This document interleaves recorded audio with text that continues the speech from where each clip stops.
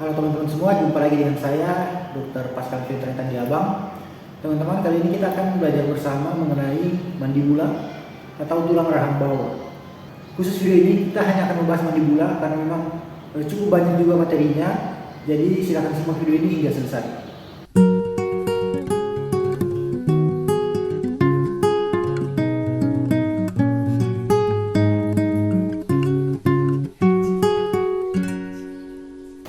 Nah, mandibula atau tulang rahang bawah dia melekat pada yang namanya fossa mandibula di pars glenoid dari os temporal. Di sini melekat begini. Jadi saat kita mengunyah itu yang bergerak bukan begini, tapi begini. Bisa mengerti? Jadi yang bergerak adalah mandibula. Kita hanya membuka atau mengatupkan rahang bawah.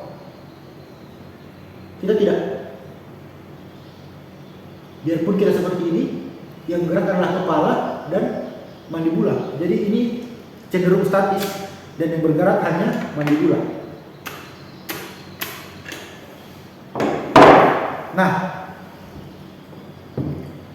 mandibula dia bukan hanya berfungsi untuk gerakan seperti ini, tapi dia bisa juga gerakan kiri dan kanan untuk proses mengunyah. Kita kembali lagi, ada dua perbandingan. Ini mandibula palsu atau sintetik dan ini mandibula yang asli. Nah, dari sini kita akan membagi dulu mandibula menjadi dua bagian. Mandibula terdiri atas korpus yang ini, yang bagian mendatarnya korpus, dan yang bagian berdirinya yang tegak namanya ramus. Jadi ini adalah keseluruhan kita sebut dengan korpus atau badan, korpus mandibula dan ramus mandibula. Ramus mandibula dan badan mandibula. Jadi ini ada kedua mandibula, yang ini yang palsu atau sintetik dan ini yang asli.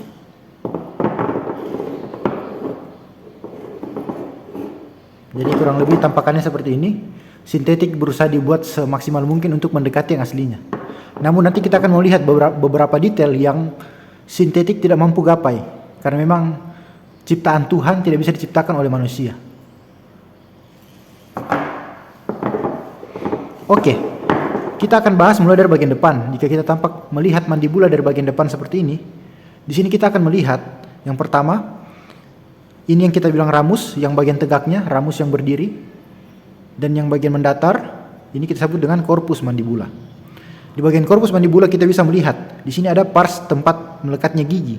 Ini gigi, tempat melekatnya gigi namanya mandibula pars alveolaris. Alveolus itu seperti lubang-lubang seperti ini, alveolus, lubang-lubang, dan memberikan dia bentuk seperti ini, melengkung di depannya. Sehingga kita bilang ini adalah juga alveolaris. Kemudian di bagian dagu, ini ada garis, kita lihat ini garis. Garis ini merupakan bekas penyatuan dari simfisis mandibula. Jadi mandibula itu pada saat janin dia masih terpisah kiri dan kanan kemudian menyatu.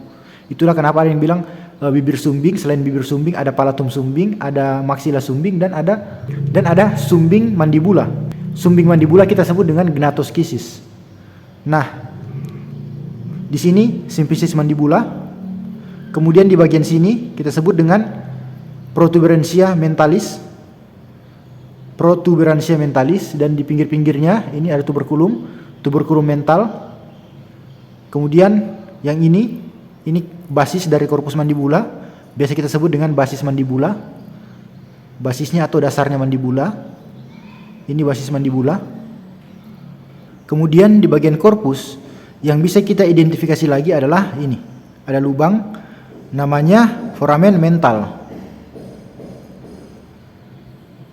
Foramen mental ini nanti tempat keluarnya saraf. Jadi dia masuk dari sini, kemudian keluar di sini. Ini yang dari bagian depan. Kemudian dari samping kita lihat di sini ada ramus mandibula. Di ramus ini terdiri kita lihat ada bagian yang ke depan, ada bagian yang ke belakang. Bagian yang ke depan ini kita sebut dengan prosesus coronoideus, dan bagian yang ke belakang adalah prosesus condylaris. Jadi ini adalah processus coronoideus dan yang ini adalah processus condylaris. Nah, di bagian processus condylaris dia terdiri atas dua lagi. Yang ini kita bilang caput mandibula dan yang ini adalah column mandibula. Caput itu kepalanya mandibula, column itu lehernya mandibula. Jadi ini lehernya, ini adalah caputnya. Kesemuanya disebut dengan processus condylaris. Kemudian kalau kita lihat seperti ini, di bagian samping sudutnya, ini sudutnya, kita sebut dengan angulus mandibula. Angulus mandibula.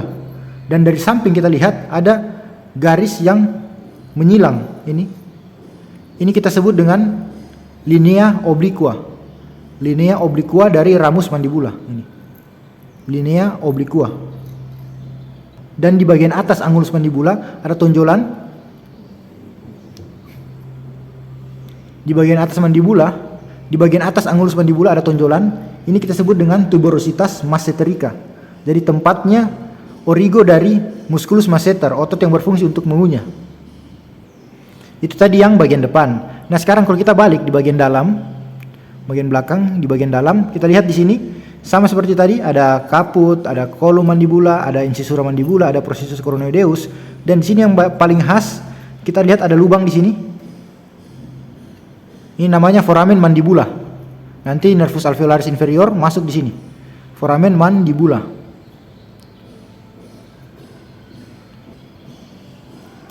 Foramen mandibula ini sama dengan seperti di sini. Di sini juga ada foramen mandibula. Ini foramen mandibula. Ini foramen mandibula. Kemudian berlanjut dari foramen mandibula ada sulcus yang alur seperti selokan ini. Ini. Kalau di sini yang ini lebih jelas lagi. Sulcus. Ini adalah sulcus milohyoideus. Jadi ada namanya otot di bagian diafragma oris namanya musculus milohyoideus, dia berorigo dari sini. Linea dia berorigo dari sini dari sulcus milohyoideus dan dari sini. Ini namanya linea milohyoideus atau linea milohyoidea. Linea milohyoidea dan sulcus milohyoideus. Jadi kalau terminologi anatomika sulcus akhiran S, maka ini milohyoideus harus pakai S juga, sulcus milohyoideus, dan ini linea akhiran A, maka dia dibuka juga terakhirannya huruf vokal menjadi linea milohyoidea. Kemudian apa lagi yang bisa kita identifikasi? Di sini juga ada ini namanya torus mandibularis, tonjolan ini torus mandibularis. Kemudian di bawahnya ini ada fovea atau seperti lembah yang tidak terlalu dalam. Jadi kalau fovea itu lembahnya tidak terlalu dalam, cikungannya tidak terlalu dalam. Kalau fossa dia lebih dalam. Ini fovea. Di sini tempatnya terdapat glandula atau kelenjar air liur submandibular atau glandula submandibularis. Maka kita sebut dengan fovea submandibularis. Ini adalah fovea submandibularis. Kemudian di atas angulus mandibula di bagian dalam ada tonjolan. Ini, tonjolan ini. Tonjolan ini kita sebut dengan tuberositas pterygoidea. Tonjolan ini kita sebut dengan tuberositas pterygoidea. Jadi kalau di angulus mandibula, tonjolan di bagian atasnya, bagian luar adalah tuberositas masseterica, di bagian dalam ada tuberositas pterygoidea. Tempatnya musculus pterygoideus. Kemudian kelenjar ludah atau kelenjar air liur bukan hanya submandibular tapi ada sublingual. Sublingual terletak di sini. Ini adalah fovea sublingualis. Ini adalah fovea sublingualis. Fovea sublingualis. Kemudian di bagian sini ada fossa yang cenderung lebih dalam. Ini fossa kiri dan kanan. Ini tempatnya insersio dari musculus digastricus venter anterior. Maka kita sebut dengan fossa digastrica. Ingat lagi, fossa akhiran huruf A maka diakhiri dengan digastrica. Kalau dia sulcus digastricus baru S dan S. Jadi ini adalah fossa digastrica. Pada manekin ini tidak terlalu nampak. Di sini fossa digastrica tidak terlalu jelas.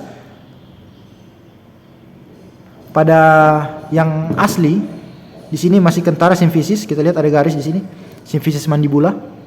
Kemudian di bagian bawahnya ini ada yang menonjol. Kita lihat sini ada yang menonjol ini. seperti ini ada tonjolan. Ini adalah spina mental. Spina itu tonjolan tajam yang ada di dagu. Dagu itu mental. Jadi ini spina mentalis atau spina mentale. Spina mentale ini ada 2 dan fossa digastrica yang di sampingnya. Oke, coba kita review kembali. Jadi di sini ada simfisis mandibula, kemudian ini pars alveolaris dari mandibula, kemudian lengkungannya ini namanya juga alveolaris, kemudian ini basis mandibula, keseluruhan ini corpus mandibula, keseluruhan ini yang tegak adalah ramus mandibula, kemudian ini ada tuberculum mental, ini basis mandibula, ini foramen mental, kemudian dari samping kita bisa lihat ada angulus mandibula, ada tonjolan, tuberositas masseterica, kemudian ada linea yang oblik, jadi kita sebut dengan linea obliqua. Kemudian di sini ada processus coronoideus, kemudian ini processus condylaris, ini incisura mandibula. Di processus condylaris terdiri dari caput mandibula dan column mandibula. Kemudian dari bagian dalam kita bisa menjumpai foramen mandibula, ini foramen mandibula. Kemudian di bawahnya ada sulcus mylohyoideus. Kemudian di atas angulus mandibula bagian dalam ada tuberositas pterygoideus. Kemudian di sini ada linea mylohyoidea dan di atasnya ada torus mandibularis. Di bawahnya ada fovea submandibular. Kemudian di sini ada fovea sublingualis. Di sini ada fossa digastrica dan ini adalah spina mental. Oke, mungkin itu saja yang bisa kita bahas untuk mandibula. Jika teman-teman ada pertanyaan silahkan ketik pada kolom komentar. Dan sekali lagi salam anatomi, mortui vivos docet.